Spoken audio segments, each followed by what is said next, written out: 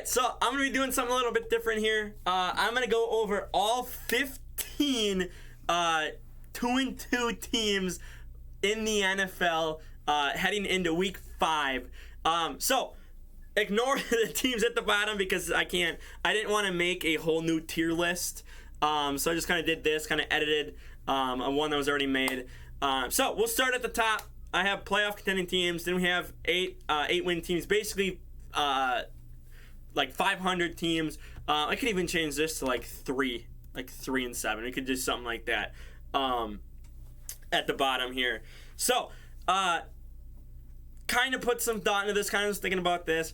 Putting off the field antics aside, I do think the Browns will make the playoffs. I believe is it a half game lead this week, heading into Week 5 over the Ravens and who's the other team? The Bengals. That's right. So 3 teams from the AFC North. I do think that the Browns can win. The division. I think with Jacoby Brissett, it's doing good so far. I think we'll really see when they have when they play. I don't think they've played each other yet. The AFC North. The Browns. I don't think have played any AFC North opponents yet. So we'll see what how it looks. Mid-season when I do my official mid-season rankings. But I think right now, I think that they can win the division. I think they can make the playoffs. Maybe make a run to the divisional or AFC championship game. But I think the AFC championship game is the highest of the high points for them. Ravens, same thing. I talked about this in my Week 5 predictions and my Week 4 recap. When you get shut out in the second half and score 0 points in the second half, I can't put you in my MVP conversation. You had a great first half, terrible second half. So Lamar got knocked down a peg in my AFC in my MVP rankings right now. So I think they will make the playoffs. I just think the high point is the AFC Championship game for them. Now the Jags, I think the Jags' high point is the divisional round. I think that they have a chance to win this division, and we'll see when they face the Titans, who I have at a 500 win team. But I think if the Jags can beat the Titans, control the South, I think they have a chance to win their division, and maybe they sneak a win out of the wild card round, whoever they beat in the wild card round, because again they'll have a top 4 seed, so you're either going to face 5th, 6th, or 7th seed, depending on where you rank. I don't think they're going to hit the 2nd seed, so maybe the 3rd or 4th seed, whoever they face, will be the 5th or 6th team. And that'll be basically evenly matched up. So, yeah. San Francisco is going to win this division and the NFC West. They feel like the best team in the NFC West to me. The Rams just got essentially blown out. No touchdowns on the board against the Niners this past Monday. Seattle is, not going to get a lot of wins. And the Cardinals, I don't trust them to really go, and do a lot. But I have, again, Rams and Cardinals in 500 because I think they can both win games. It's just, can they win games that really matter and really push for a playoff push? Now, again, we're 4 weeks in, heading into Week 5, so anything can happen. But I don't know how to feel about them right now. But they're sitting at 2-2, so your whole division is at 2-2. So if one of these teams can go 3-2 and the others go 2-3, well then that team moves up to first place. It just strength of schedule, who are they facing and whatnot, and they obviously still have to face each other this year too. Some teams multiple times because I don't think the Cardinals played the Rams, so I believe they've all at least played an opponent within their division this year. So. Tampa's only here because they're going to win their division. Falcons are 2-2, and they play the Falcons this week. But Tampa should win the division, so they're here because their division is crap right now. So, and the fact that they're tied with the Falcons, I don't know what to say to that. Then we move on to 500 teams, 8-9 win teams, somewhere around there.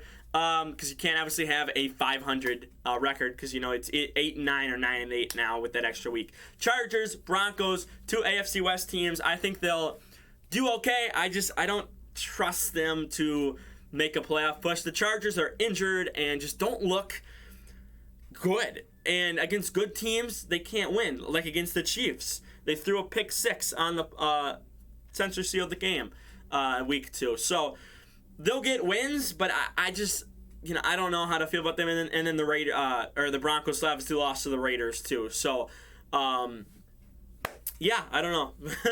Then Bengals. I don't know what the Bengals are, and that's really all I have to say, because they can be good, but then they can be bad, and I don't. It's like, okay, coin flip. Oh, we're good this week. We're bad this week. Whoops. I don't know how to feel about them. I don't. So we'll see as we draw closer to January in the playoffs where they are at the end of the year. But right now, I think they can go around 500, maybe sneak in the playoffs. But I don't know. I really don't know. Tennessee. You won against the Colts. I don't know. Are they good? Are they bad? Who the hell knows? I don't know. I seriously don't know what to think. Rams, Cardinals, again, kind of talked about them. The Rams just don't look good to me, and they'll beat up on some bad teams. They'll beat up on the Cardinals and the Seahawks and get to 500, or again 9-8, maybe sneak in the playoffs. But I don't think they're going to make it past the wild card round, to be honest. Maybe if it's a opponent like the Bucs, maybe they can make it past the Bucs again. But the Eagles, I think they'll struggle with the Packers, but that might be a winnable game. Maybe struggle with the Vikings.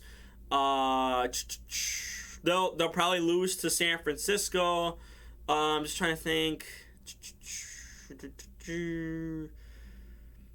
Maybe Dallas. Maybe they'll struggle against Dallas. They play Dallas this week, so I guess it'll be a good thing to see. So I don't know. We'll see. And then again, I don't really need to talk about Cardinals because they already did.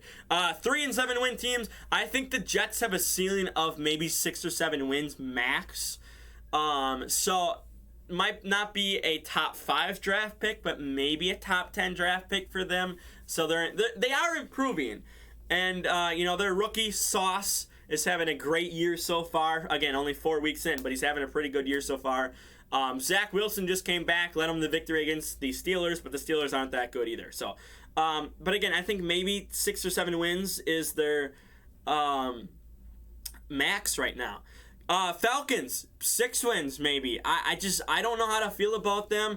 They played the Rams pretty good, and almost came back from a 28-3. If they can beat the Bucs, I think maybe they go 500. Maybe not. Maybe 8 wins, 9 wins. But right now, before the game, I don't know. I don't think they're gonna win. I don't think they really have a chance. So that's why they're here in 3-7. Bears. I think Bears are slowly gonna fall. They just lost to the Giants, but I think that eventually they will fully slide and will they have a higher draft pick than the Lions? Probably. I don't know. We'll see. Bears and Lions game are going to be for, who has a higher draft pick, essentially. Neither team, they haven't played each other yet this year. So we'll see what that's like. And then Seattle. Geno Smith is having a pretty good year. He has I think it's completion percentage is, he set his own record. It's first time in NFL history. It's like 73 or 75% completion percentage in the first 4 games of a season. So Geno Smith's having a pretty good year. But the defense is bad. I don't know if I really like the run game a lot for Seattle. So I think maybe 7 wins at the max. Very tippy top. So I think 5 wins is more likely for them, to be honest. So that's, again, just something new.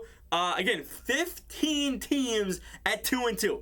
15. That's basically half the NFL. That's one shy of half of the NFL.